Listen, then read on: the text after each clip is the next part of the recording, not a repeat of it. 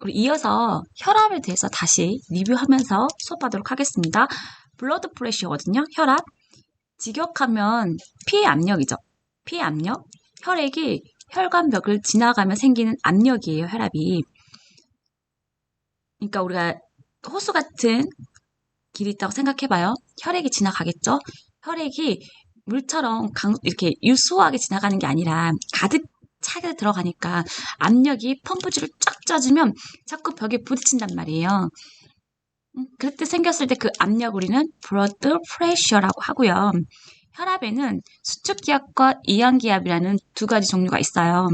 수축기압은 우리 심장은 두 개의 방과 두 개의 실로 되어 있죠. 그래서 네 개로 되어 있는데 우리 자심실이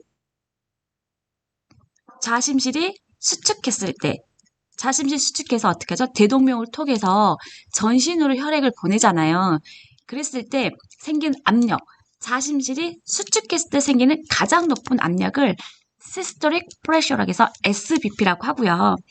오타가 있네요. 죄짐실이 아니라 좌심실이죠. 좌심실이 이완, 릴렉스 됐을 때 가장 편해진 거죠. 그랬을 때 우리가 가장 낮은 압력을 다이아스토릭 프레셔에서 DBP라고 해요. 여러분도 어떠신가요? 학교에 있다가 선생님 매일 수업하면 선생님 항상 체크하고 좀 지적도 하고 하니까 조금 긴장되기도 하지만 여러분 지금 집에 있으니까 어떠신가요? 자꾸 편해진단 말이에요. 릴렉스 된단 말이에요. 그걸 우리는 이완된다고 하죠. 그때 이완되면 아무래도 그 텐션, 긴장도가 낮아지겠죠. 그러면서 낮은 압력이 발생하는데 그걸 우리는 최저 혈압이다 해서 다이아스토릭 프레셔라고 하죠. 자, 혈압은 평균압 보세요. 평균압은 수축기압과 이완기의 평균치다. 그래서 120, 80이다. mAh다. 자, 선생님이 혈압의 정상 수치는 120에 80이라고 선생님 그러지 않으셨나요? 그렇죠. 정상 혈압이라는 거는 평균 혈압을 얘기한 건데 평균압이란 말은 사실 잘 안 씁니다. 우리 정상 수치는 120, 80이다. 그러나 우리 고혈압을 기준으로 했을 때 다음 시간에 선생님이 또 고혈압에 대해 기준을 알려드릴 텐데 고혈압을 기준으로 했을 때에는 120, 80을 그냥 정상 혈압이다, 중간 혈압이다, 평균 혈압이다 하고요. 140에 90 넘어갔을 때 우리는 이제 고혈압 또 있고 고혈압은 고혈압 전 단계, 고혈압 단계, 고혈압 1단계, 고혈압 2단계 이렇게 나누니까 그때 가서 한 번 더 선생님이 얘기해 드릴게요. 수축기압 볼게요. 수축기압 뭐죠? 최고혈압이다. 이완기압은 최저혈압이다. 혈압 안에 수축기압과 이완기압으로 분류가 되는데 최고혈압은 자심실이 수축했을 때고 최저혈압은 자심실 이완했을 때란 말이에요. 자, 개념을 물을 때 수축기압을 묻는 시험지는 굉장히 잘 나옵니다. 수축기압의 별표를 꼭 해주세요. 메갑 할게요. 메갑. 자, 어제 선생님이 잠깐 설명을 했죠. 수축기압은 어때요? 환자 상태가 안 좋아졌을 때, 임종 직전에 혈압을 쟀을 때는 수축기압은 어떠죠? 우리가 혈압계에서 160에서 200까지 압력을 올렸을 때 그리고 시간당 1mmH 속도로 내렸을 때 처음 툭 하게 들리는 소리가 우리는 최고혈압이다. 좌심실이 수축했을 때 생기는 가장 높은 압력인 SBP다라고 했단 말이에요. 안 들렸던 게 들린 거죠. 그죠? 그리고 계속 콩툭툭툭 소리가 날 거란 말이에요. 그러면서 갑자기 그 소리가 뚝 꺼져. 보통 80에서 꺼졌다 해요. 들렸다가 안 들리는 소리죠. 그 소리는 우리는 자심실이 이완됐을 때 가장 낮은 압력이다 해서 DBP가 되는 건데 환자 상태가 안 좋거나 그죠?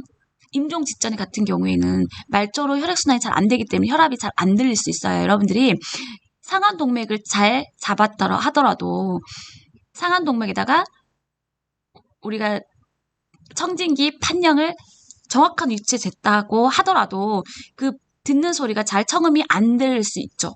이런 경우에는 우리 병원에서 어제 임상에서는 수축기압 가지고 수축기압이 높았을 때 문제가 되죠.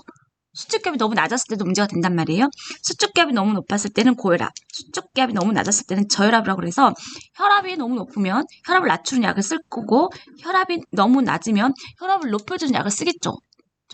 그러면 이완기압이 너무 높거나 이완기압이 너무 낮았을 때는 임상적으로 큰 증상이 나타나지 않기 때문에 이완기압으로 약물을 투여하거나 어떤 치료가 들어가거나 하진 않는단 말이에요. 그렇기 때문에 우리가 시험을 봤을 때도 우리가 시험적인 공부를 하자면 수축기압 가지고 약물을 주입하기 때문에 수축기압이 굉장히 중요하죠. 이항기압보다는. 그죠? 그래서 이제 응급상에서는 혈압이 잘 안 들리니까 의사들이 SBP가 선생님 몇이죠? 이렇게 물어볼 수도 있어요. 자, 혈압은 블러드 프레셔고 혈압은 텐전이죠. 높은 혈압을 하이퍼텐전이고 낮은 혈압을 하이퍼텐전이라고 했는데 우리가 이항기압이 잘 들리지 않으면 수축기압 가지고 약물을 준다. 그죠? HTN은 하이퍼텐전 약어죠. 고혈압의 약어를 HTN인데 가끔 의사들이 간호 기록을 보시면 SBP가 얼마다라고 기록이 남는 게 있을 거거든요. DBP가 잘 들리지 않았을 때는 SBP 갖고 트리트먼트, 어떤 치료가 들어가기도 해요. 그죠? DBP보다는 임상적으로 SBP 개념이 훨씬 더 중요하다. 고로 여러분들이 시험 봤을 때 개념을 묻는 문제에서는 SBP, 수축기압을 묻는 문제가 항상 나와요. 이항기압을 묻는 문제는 잘 안 나오죠. 중요도가 수축기압이 훨씬 높다라고 생각해 주시면 돼요. 자, 그러면 기록법입니다. 기록법 보실게요. 밑에 가면 기록법. 기록법은 120에 80mm Hg다라고 했을 때 수축기압 안 들렸던 게 들렸던 최고점. 첫 번째 소리 수축기압은 120이다. 계속 들렸던 게 갑자기 안 들린다. 꺼져버린다. 그 소리가 이항기압이다. 그게 80이다. 그러니까 우리 혈압을 체크할 때는 체크해서 기록했을 때는 120에 80 수축기압 이항기압으로 표시하고 미리미리 HG로 표시하죠. 자, 소문자, 소문자, 대문자, 소문자예요. 선생님이 병원 임상에서 우리도 인증평가하고 감사를 하면 요즘에는 간호기록을 타자로 치잖아요. 근데 워낙에 간호사가 바쁘니까 미리미리 HG를 솜자로 쓰거든요. 그런 경우는 기록에서 항상 감점이 됩니다. 그게 항상 걸리거든요. 그래서 항상 중요해요. 미리미리 HG, 솜자, 대문자, 솜자고요. 요런 게 틀려버리면 좀 우리의 컬이 약간 전문성이 떨어질 수 있으니까 정확하게 기입하시면 되겠습니다. 그리고 그 다음으로 시험에 가장 잘 나온 게 맥압이죠. 맥압. 자, 여러분, 맥압은 수축기와 이항기압의 차이예요. 정상에는 30에서 50, 보통 40mm HG가 정상이라고 하거든요. 자, 저번 예전 선생님 중간고사처럼 오늘 환자가 교통사고 났어요. 교통사고 났더니 피가 엄청 심하게, 브리딩이 심하게 흘려요. 피가 많이, 출혈이 심하다는 거예요. 출혈이 많이 심하고 의식도 떨어졌어요. 그죠? 모토라는 거는 이렇게 팔을 움직인다든지 이런 거거든요. 그다음에 동공, 눈을 막 움직인다든지 이런 게 다 떨어졌어요. 막 이런 시나리오를 주면서 여러분을 혼돈시킵니다. 그러면서 지금 현재 혈압은 90에 40이에요. 그죠? 라고 했을 때 시나리오를 주면서 묻는 문자가 뭐죠? 맥압이 얼마냐? 라고 했을 때는 뭐만 보면 돼요? 출혈량을 볼 필요가 있나요? 없죠. 의식을 볼 필요가 있나요? 없죠. 동공의 변화를 볼 필요가 있나요? 없어요. 그 다음에 우리 모토, 이게 움직이는, 환자가 얼마나 움직이는지. 그 다음에 오베이 커맨드라고 해서 뭐냐면 명령이 얼마나 순응하냐. 환자분 눈 감아보세요 라고 했을 때 눈을 감냐. 환자분 손 들어보세요 했는데 손을 들었냐. 그거를 간호사의 명령에 환자가 반응을 보이느냐. 이제 이런 걸 보는데 이런 걸로 여러분들을 굉장히 어렵게 현혹을 시켜도 결론은 맥압을 묻는 문제는 뭐죠? 수축기압에서 이항기압에서 빼면 되는 거예요. 90에 50이라고 했으면 90-50에서 40mm HG가 맥압이 되는 거죠. 맥압을 구하는 공식은 수축기압 마이너스 이항기압. 맥압을 구해라. 그러면 이 공식 위에서 답만 하면 되는 거죠. 그래서 맥압을 굉장히 중요합니다. 맥압을 물을 수 있어요. 시나리오를 굉장히 복잡해지고 맥압을 묻는 거는 결론 이 공식에서 공식만 알면 풀 수 있는 거니까 여러분들이 현혹될 필요는 없다. 그죠? 키워드만 딱 뽑아서 수축기압에서 이항기압을 빼서 답을 하면 되는 거예요. 자, 맥압도 시험에 아주 잘 나옵니다. 별표. 오늘 시험 보는 거는 수축기압과 맥압. 시험에 나올 거예요. 자, 수축기압과 맥압. 자, 고혈압입니다. 하이퍼텐전이죠. 하이퍼텐전이고 약어로는 HTN이라고 하는데 비정상적으로 높은 혈압이죠. 140에 90mm HG죠. 아니 선생님 정상혈압이 120, 80이라고 했는데 우리 고혈압은 140에 90부터 고혈압 전 단계, 고혈압 단계, 고혈압 1단계, 고혈압 2단계를 다음 시간에 심화 과정으로 선생님이 해드릴 생각입니다. 자, 그때 다시 한번 설명을 할게요. 자, 혈압이 높다는 거는 뭘 의미할까요, 여러분? 생각해 볼까요? 자심실이 수축했을 때 생긴 압력이다. 수축한다는 거는 자꾸 짜준다고 생각하면 돼요. 자, 그랬을 때 압력, 벽에 부딪힌 압력. 자, 우리가 심장에서 혈액이 방출됐을 때 하는 뭐 관상동맥이라든지 뭐 이런 것만 생각하시면 안 되고, 어제 설명했다시피 뇌에 있는 혈압이 180, 200까지 높은 압력으로 짜준다 그러면 언젠가 그 혈관이 터지죠. 터지면 어떻게 되죠? 출혈성, 뇌출혈이 생기는 거예요. 그래서 혈압을 높았을 때 우리가 혈압을 정상 혈압으로 만들려고 하는 건, 혈압에는 또 5가지 약물들, 그 기전에 맞는 약물을 쓰거든요. 그 약물을 빨리 쓰려고 하는 건 뭐죠? 압력이잖아요. 혈관 벽에 부딪힌 압력이라면서요. 그러니까 그 압력이 너무 세면 그 혈관이 터질 수도 있겠네요.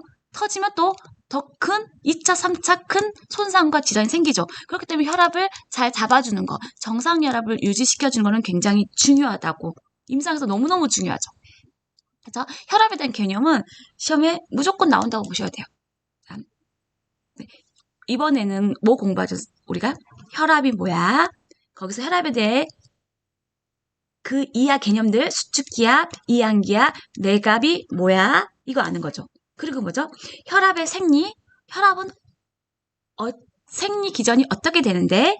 그래, 그러면 혈압의 정상 범위가 뭐야? 그러면 혈압이 높았을 때는 고혈압, 혈압이 낮았을 때는 저혈압인데, 그때 그럼 그 정상 수치가 어떻게 돼? 그죠? 그리고 또 우리가 알아야 될 건, 혈압이 높아지는 건 왜 높아지는 거야? 혈압이 낮아지는 경우에는 왜 낮아지는 거야? 어떨 때 낮아지지? 이런 거. 상승 요인, 하강 요인. 그리고 우리가 측정해야 되는 게 뭐냐면, 또 혈압을 측정하는 방법이죠. 자, 간호조무사의 지난번 시험에서는 혈압의 측정 방법 중 틀린 것에 대해서 측정 방법이 시험에 나왔단 말이에요. 혈압의 측정 방법을 이론적으로 알아야 되고, 여러분이 실기로 직접 환자한테 할 수 있어야 되죠. 우리가 실습 가면 혈압을 계속 측정해야 되니까. 그죠? 우리가 간호사 하려면 혈압 체크하는 거, 활력증 측정하는 거는 아주 기본이고 너무너무 많이 하게 될 거거든요. 그러니까 할 줄 알아야 되죠. 하는 방법을 알면 되고, 자, 그 전에 우리가 맥박을 쟀거나 체온을 쟀거나 호흡수를 쟀을 때는 오차가 거의 적죠. 있을 수는 있지만 오차가 거의 나타나는 경우가 별로 없었단 말이에요. 왜? 호흡은 1분 동안 재면 되잖아요. 1분 동안 내가 못 쟀다 그럼 다시 재면 되는 거잖아. 별로 오차가 없는데, 혈압은 측정할 때 오차가 생깁니다. 혈압 측정 시 흔히 발생하는 오류는요, 별 3개. 너무너무 시험에 잘 나와요. 우리 시험만 잘 나오는 게 아니라 간호 국가고시에도 너무너무 잘 나오죠. 근데 어제 혈압에 대해 측정에 대한 오류에 대한 영향, 거기만 시험에 잘 나오고 왜 그런지는 시험에 사실 안 나와요. 간호대학에서도 안 나오고 공무원 시험도 절대 안 나옵니다. 그렇지만 임상에서는 우리가 후배들을 양성할 때 왜 낮아지는 거야? 라고 설명해주면 굉장히 전문성이 있어 보이죠. 뿐만 아니라 환자한테도, 예를 들면 환자가, 이제 고혈압 환자들 같은 경우에는 집에 전자혈압기 같은 게 다 있을 거란 말이에요. 그래서 병원 오기 전에 다 혈압을 체크하고 옵니다. 근데 내가 혈압을 쟀더니 140, 80이었어요.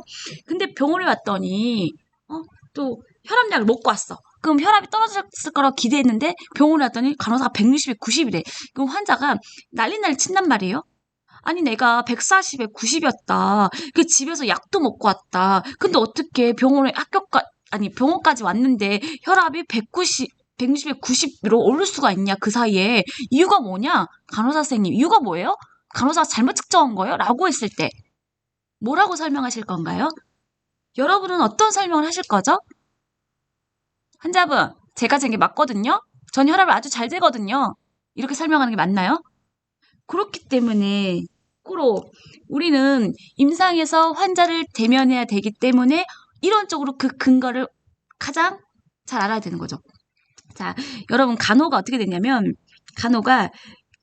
나중에 여러분들이 간호대학을 갈 때, 면접할 때 간호 교수들이 가장 좋아하는 말이 뭐냐면 근거 기반을 둔 간호예요. 예를 들면 간호학을 배우지 않았어도 눈썰미로 여러 가지 연습을 통해서 환자한테 혈압도 재줄 수 있고 주사도 놔줄 수 있단 말이에요. 일반인한테 공부를 가르쳐주지 않아도 이렇게 하는 거야 라고 보여주면서 똑같이 해봐 해서 시행할 수 있어요. 근데 간호사는 왜 이걸 지금 해야 되지? 어떻게 해야 되지? 왜 지금 이 수치가 나왔지에 대한 근거를 설명할 수 있는 간호. 그래서 간호의 질을 높이겠다. 나는 공부를 열심히 해서 근거 기반에 둔 간호를 하겠다. 그래서 간호의 질을 높이겠다라는 문구를 자기소개를 하면 교수님들이 너무너무 좋아하죠. 왜? 우리가 추구하는 게 근거 기반의 간호거든요.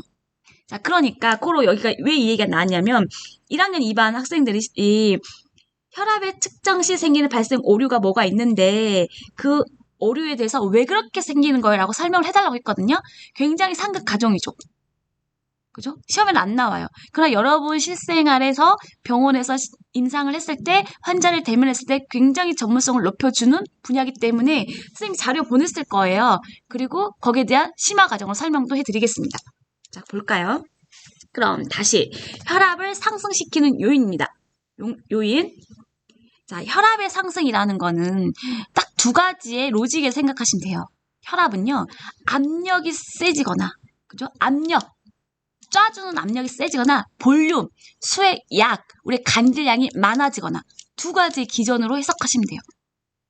자, 여러분들이 우리 시험에는 그렇게 안 나오겠지만, 공무원이나 간호대학이나 이런 시험을 보면, 왜 그러는데? 왜 혈압이 높아지는데? 기전을 물은 거예요. 기전을 설명할 줄 아셔야 되거든요. 근데 내가 기전을 전혀 모른다. 그러면 혈관의 압력을 높인 요인이냐? 혈관의 볼륨이 높아서 압력이 높아지냐? 볼륨은 수액량이고 간질량이거든요. 이렇게 설명하시면 정답이 해결된다는 거예요. 자, 그럼 한번 볼까요? 혈압 상승 요인에서 방광이 팽만했어요. 여러분, 우리 브레이더, 방광은 500cc까지 용적이 500cc까지는 보유할 수 있죠. 근데 1000cc, 2000cc가 나왔는데 소변이 안 나와요. 그럼 어떻게 돼, 우리는? 안 나오면 우리의 체액량이 많아지기 때문에 혈압이 올라요. 체액량도 많아지도 뿐만 아니라 소변이 꽉 찼는데 소변이 안 나오면 우리는 어떻게 되죠? 흥분해요. 교감신경이 항진되죠. 그러니까 혈압이 오를 수밖에 없죠. 교감신경이 항진된다는 거는 뭐냐면요. 혈관이 수축해요.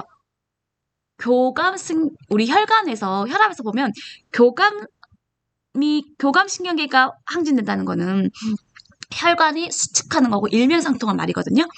자, 자율신경이 나오면 교감신경 항진과 부교감신경이 나오죠. 교감신경이 항진되냐 저하되냐, 부교감이 항진되냐 저하되냐, 이게 그 앞 카테고리가 어디죠? 로직이 자율신경계죠. 자, 보면 방광이 평만됐을 땐 일단 우리 몸의 수액 볼륨이 많아진다. 소변이 우리 수액이잖아요. 몸에 있는 체액량이 많아지니까 혈압이 오르겠죠. 여러분, 서서 측정된다는 건 뭐죠? 혈압을 서서 측정된다. 혈압이 서서 측정되면 어떻게 되죠? 자, 혈압이 서서 측정된다는 거는 어때요? 심장에 있는 압력 있죠. 심장과 팔의 상완동맥 위치가 어디가 높아져요? 상완동맥이 더 높아지죠. 그렇기 때문에 혈압이 높게 측정되는 거예요. 그죠? 자, 요것도 기전을 오류 측정하는 거, 오류 설명하면서 할게요. 서서 환자가 누워서 측정했을 때는 혈압이 낮죠. 서서 측정하면 혈압이 높습니다. 혈압이 높게 측정되고요. 심장의 위치보다 높기 때문에 그렇죠. 운동을 했을 때는 어때요? 여러분 운동했을 때는 운동을 하면 호흡수, 맥박수, 혈압수 다 빨라지죠. 왜냐? 높아지죠. 왜죠? 교감신경 항진이 그렇다. 음식물 먹었을 때도 교감신경 항진됐다. 어떤 활동을 했다면 일단은 교감신경이 항진되고, 교감신경이 항진됐다는 거는 혈관을 수축시켰고, 혈관이 수축됐다는 거는 수축적 짜지면 뭐라고 그랬어요? 압력이 높아진다. 고로 우리는 혈압이 높아진다. 자, 나이가 증가할수록 뭐죠? 나이가 증가할수록 선생님 설명했는데, 나이가 증가했을 때는 말초 혈관 저항이 높아진다. 그러면 결론 혈관이 수축되죠. 그러면 압력이 높아지죠. 선생님 그랬잖아요. 선생님이 중심이야.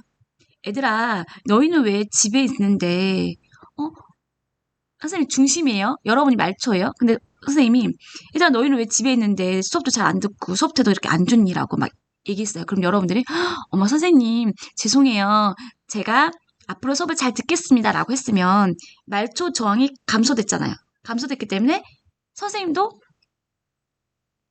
더 목소리를 높일 이유가 없겠죠. 그러면 그래? 그럼 우리 앞으로 잘하자 라고 했겠죠. 말초에서 저항이 없기 때문에 중심에서 혈압이 오를 이유가 없어요. 근데 선생님이 애들아 왜 이렇게 못하니 했을 때 선생님 전 방과후 들어야 된다고요. 방과후 들어야 되고 우리는 열심히 하고 있는데 왜 선생님은 저희한테 못한다고 그러세요? 막 그러면 뭐라 그래요? 뭐라고? 너희들이 이렇게 해서 잘 못했잖아 라고 선생님이 한 번 더 얘기하고 목소리도 커지겠죠. 그러면 말초 혈관에서 여러분들이 저항이 증가하기 때문에 중심에서 목소리가 커져요? 안 커져요? 커지죠. 중심에서 혈압이 오른다는 거예요. 자, 고로 혈관을 지나가는 피에서 이 말초에서 저항이 많이 심해지면 우리는 더 많이 짜줘야겠죠. 그 말초 저항을 뿌리치고 혈액이 이동시켜야 되니까. 그러니까 결론은 즉슨 내가 수축하는 힘이 커질 거고 그렇게 되면 우리는 혈압이 올라갈 수밖에 없는 거죠. 그래서 나이가 증가할수록은 말초 혈관 저항이 증가한다.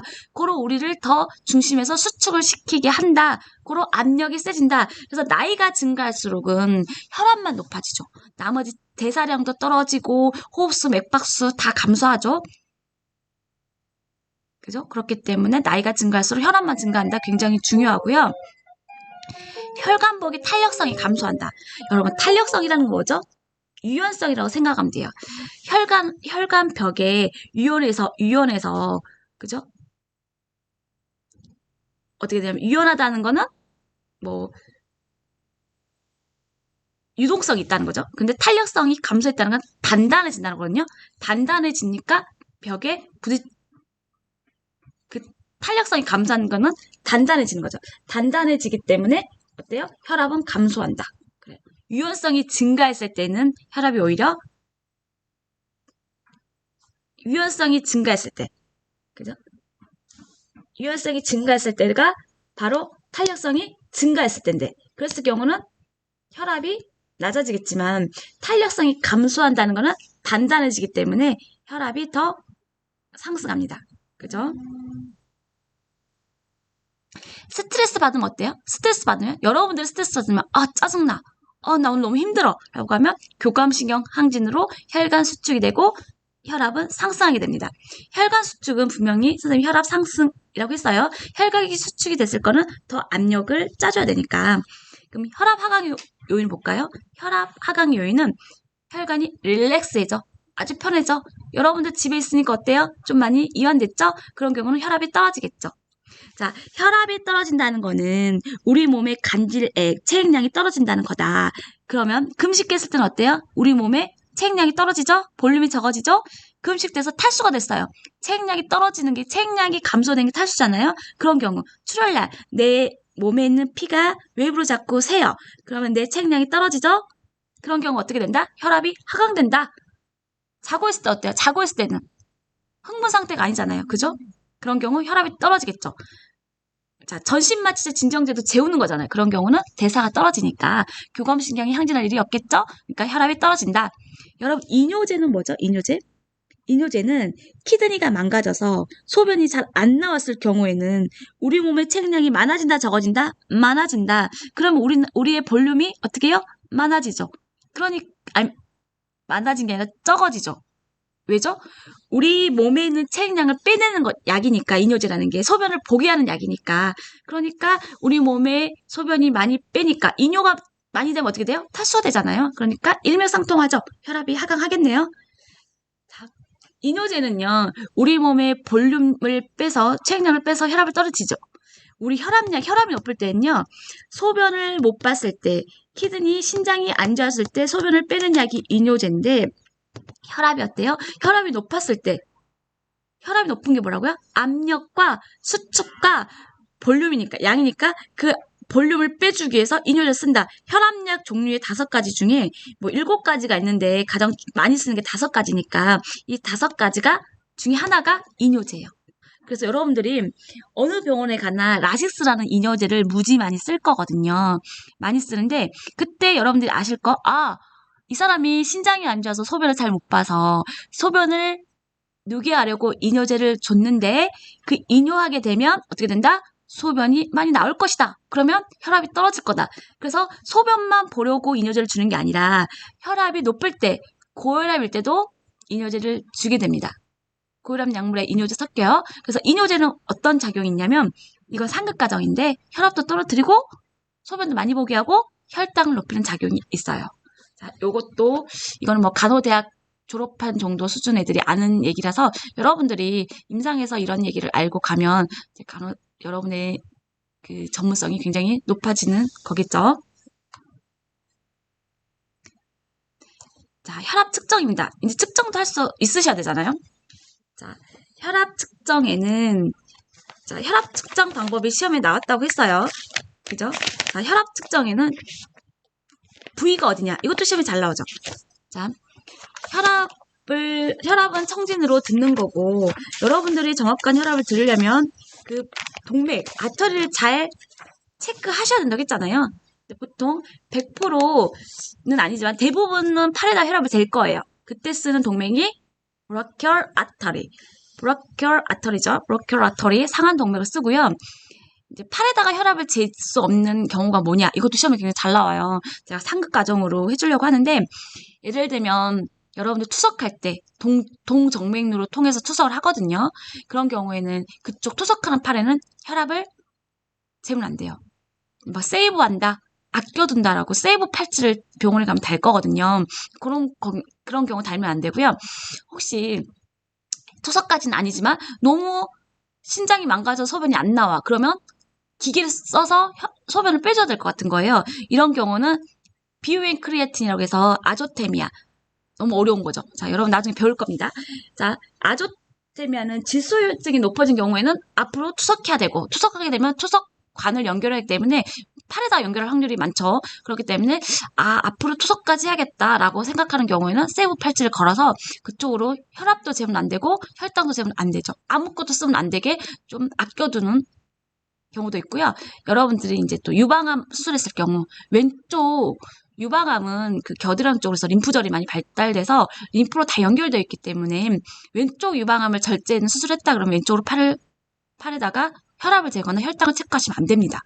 그죠? 오른쪽에다 혈압을 쟀거나 혈당을 쟀을 오른쪽에 유방암 수술했다면 혈압이랑 혈당을 체크하면 안 되겠죠. 자, 어쩔 때 이 팔에 혈압을 재지 못했냐? 그럼 양쪽에다가 뭐 유방암 수술했다든지 암이 다 전이가 됐다든지 이런 경우는 양쪽 팔을 쓸 수 없겠죠. 그리고 한쪽 팔에다가는 유방암 수술을 했기 때문에 뭐 쓸 수 없다. 근데 오른쪽에다 수액을 맞고 있다. 이런 경우도 혈압을 다리에다 측정해야 돼요. 이런 경우에는 스라동맥이죠. 파플레리어입니다. 파플레리어 아토리에다가 측정하시면 되죠. 팔, 다리 어디 측정 부위냐도 시험에 굉장히 잘 나와요. 자, 이것도 암기해 주시고요. 선생님이 짧게나마 요점 정리한 게 간호조무사에서 다 나왔던 시험 문제거든요. 보시면 돼요. 자, 측정 방법입니다. 측정 방법도 실제적으로 한번 측정해 보자고요. 측정 방법의 키워드는 6가지고요. 여기서 시험 문제가 다 나와요. 물론 여러분들이 뭐 손과 비누로 물 씻고 이런 기본적인 절차가 있죠. 환자 소개하고 목적 설명하고 또 혈압기가 잘 측정되는지 한번 미리 연습을 하고 또 혈압기를 만졌기 때문에 손과 비누로 우리 손에 물과 비누로 이렇게 손을 씻었다 하더라도 혈압기를 만졌으면 또 손소독제로 소독을 해야겠죠. 이런 걸 다 빼고 나서 정말 우리 키워드 혈압 측정하는 실제적인 방법론적인 거 자, 1번부터 6번까지 반드시 알아야 되죠. 자, 팔은 심장 높이로 둔 상태에서 이건 무슨 말이죠? 팔은 심장 높이에서 팔과 심장의 높이는 같아야 된다. 이거 시험지에 나왔어요. 자, 혈압을 잴 때 팔은 심장보다 높거나 낮으면 돼요? 안 돼요? 안 된다. 같아야 된다. 자, 우리 상한동맥 우리 측정할 수 있죠? 잡을 수 있죠? 상한동맥을 측정했을 때 2, 3cm 위에 커프 위 상한동맥을 잡고 거기다 2cm, 3cm 위에 커프를 감으면 돼요. 그 커프를 감았을 때는 그 커프가 손가락 한 가락 정도 들어갈 여유를 두고 감으시면 됩니다. 그죠? 그리고 상한동맥에 찾아야겠죠. 거기다 청진기를 대죠. 청진기에 판형을 두는 거죠. 판형. 청진기에는 종용과 판형이 있었는데 판형으로 되는 거죠.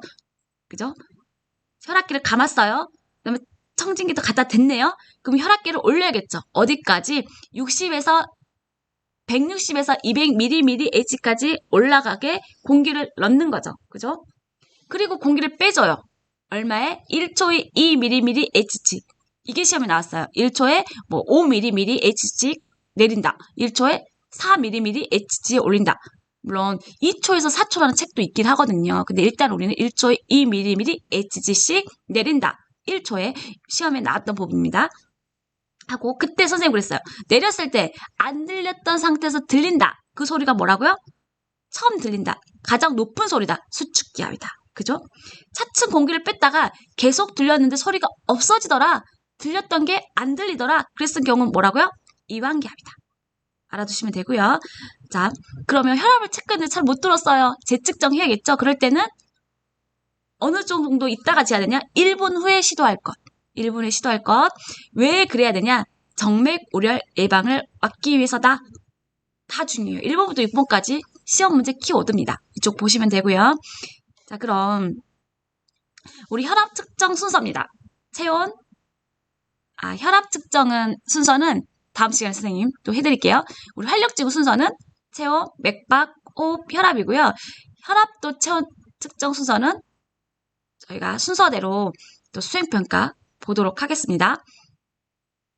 오늘은 여기까지 할게요. 선생님도 지금 혼자 실습실에서 수업 영상을 만들고 있는데 굉장히 춥기도 하고 혼자 이렇게 얘기를 하려고 하니까 좀 어려움이 있네요. 조금 부족한 점이 있더라도 여러분들이 예쁘게 봐줬으면 좋겠어요. 오늘도 고생하셨습니다.